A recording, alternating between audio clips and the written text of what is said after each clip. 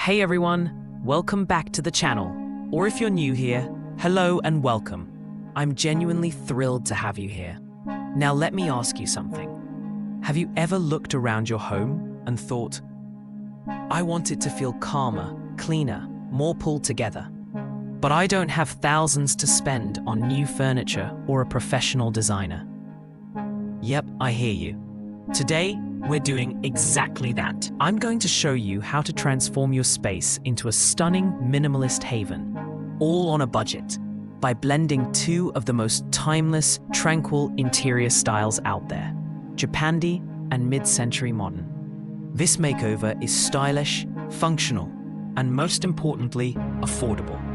You'll leave with practical tips, budget hacks, and even real-life examples that prove you don't need deep pockets to create a space that feels intentional, beautiful, and uniquely yours.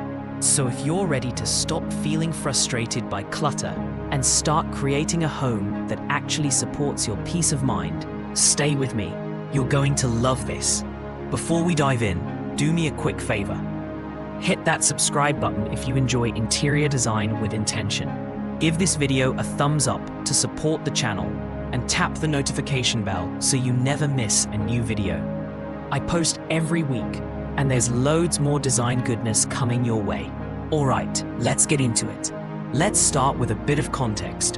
What exactly is Japandi, and why does it work so well with mid-century style? Japandi is the perfect mix of Japanese and Scandinavian design philosophies. It's clean, minimalist, and warm, focusing on natural materials, low-profile furniture, and a calming color palette. Think of it as less minimal and cold, and more peaceful and earthy. Mid-century modern, on the other hand, brings in those clean lines, warm woods, tapered legs, and practical layouts. It's unfussy, elegant, and incredibly livable. When you bring the two together, Japandi's zen calm with mid-century structure and personality, you get a space that feels intentional, inviting, and truly timeless. And now, how do we actually pull that off on a budget? Let's break this down, step by step. Step 1, start with a clear vision and declutter. Before you even touch your wallet, you need to get clear on what you're keeping and what really serves you in your space. The Japandi mindset isn't just about minimal stuff. It's about meaningful stuff. If it doesn't serve a purpose or spark joy, yes, Marie Kondo still reigns. It's time to let it go. Here's a challenge for you. Set a 20-minute timer.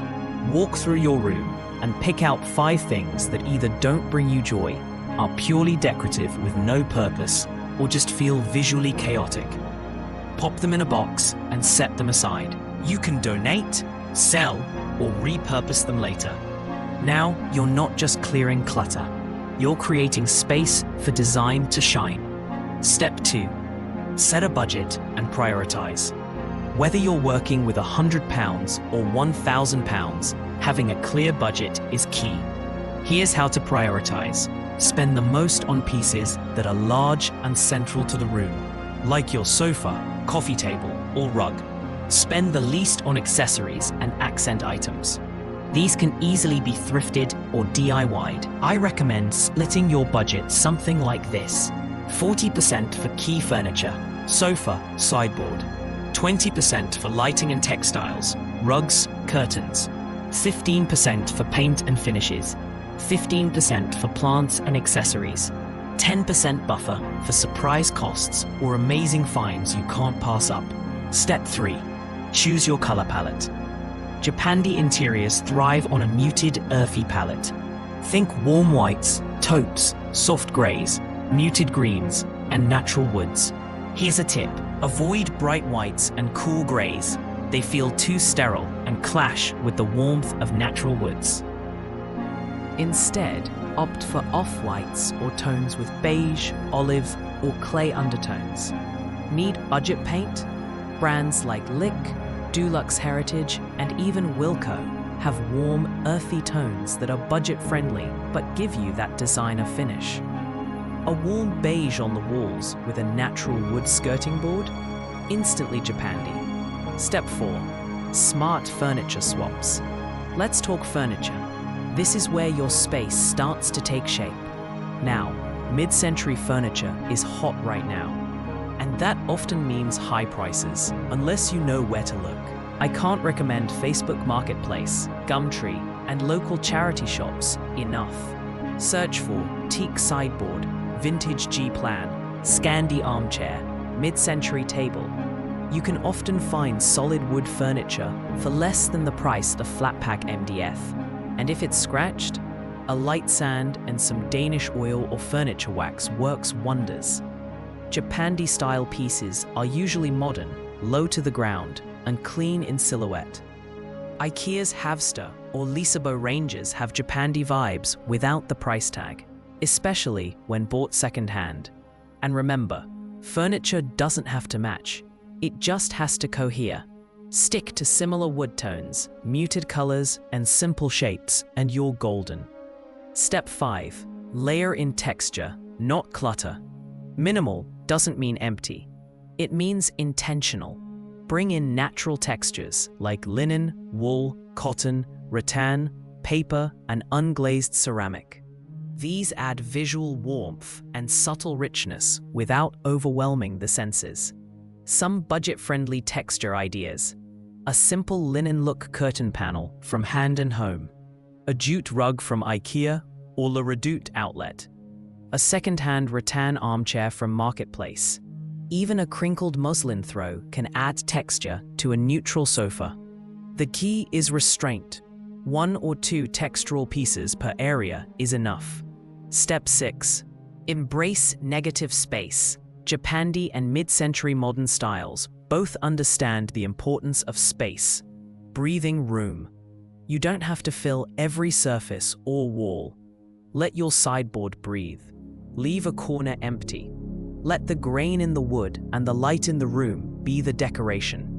When in doubt, remove an item and step back. If it feels calmer, leave it off. Step 7. Light like a designer on a DIY budget. Lighting is crucial and so often overlooked. Ditch the overhead glare and instead layer your lighting. A floor lamp in the reading corner, a table lamp on a sideboard, a soft glow bulb in a paper lantern. Paper lanterns and linen shades give that diffused, soft light that's essential to Japandi calm. Want a quick DIY? Use a string of warm LED fairy lights in a large frosted vase for ambient corner lighting. Step 8. Go green. Selectively, plants are vital in both Japandi and mid-century styles. But instead of going full jungle, choose just a few plants and give them space to shine. Some favorites: fiddle leaf fig, classic, sculptural, rubber plant, bold and easy to care for. Snake plant, great for low light and neglect. Peace lily, delicate and air purifying. Pop them in simple matte pots. Ceramic, clay, or even paper bags for that wabi-sabi vibe. Step 9. Accessorize with intention. When you add accessories, make them count. Look for a handmade ceramic bowl, a stack of design books on the coffee table, a neutral-toned art print or 2 in oak frames. Keep art simple, abstract or nature-inspired. No busy gallery walls here. Just 1 or 2 larger prints per room. Here's a bonus budget idea. Use wrapping paper or pages from magazines in second-hand frames as art while you save for originals. Step 10. Add one statement piece. In every well-designed room, there's usually one piece that draws the eye and ties the design together. That might be a bold curved floor lamp, a sculptural wooden coffee table, an oversized piece of artwork, a vintage lounge chair. You don't need to spend loads, just be selective and let it stand on its own. Real-life case study, Emily's £420 Japandi lounge. Emily lives in Brighton and transformed her small lounge on a £420 budget. Here's what she bought. £80, mid-century armchair from Facebook. £95, jute rug from an outlet. £40, warm white paint. £35, linen curtains, IKEA. £50, Handmade ceramic lamp, Etsy. £70, custom art print and oak frame. £50, second-hand pine coffee table, refinished with wax. The result? A calm, cohesive, and grown-up space that looks way more expensive than it is. You can do the same. And when you design intentionally, you don't just save money. You create a space that feels like you. So, what do you think? Could you give your space a Japandi X mid-century makeover? Let's do a quick recap of our 10 steps. Declutter with purpose. Set a clear budget. Use warm, earthy colors. Source furniture secondhand. Add texture without clutter. Leave breathing room. Layer lighting for softness. Choose a few impactful plants. Accessorize intentionally. Anchor your space with one standout piece. All right, over to you.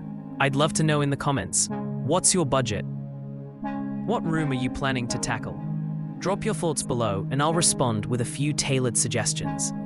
Also, don't forget to like this video if you found it helpful and subscribe for more design content every single week. We've got DIYs, styling tips, and full room makeovers coming your way. So hit that bell icon so you don't miss a thing. Thanks so much for spending this time with me.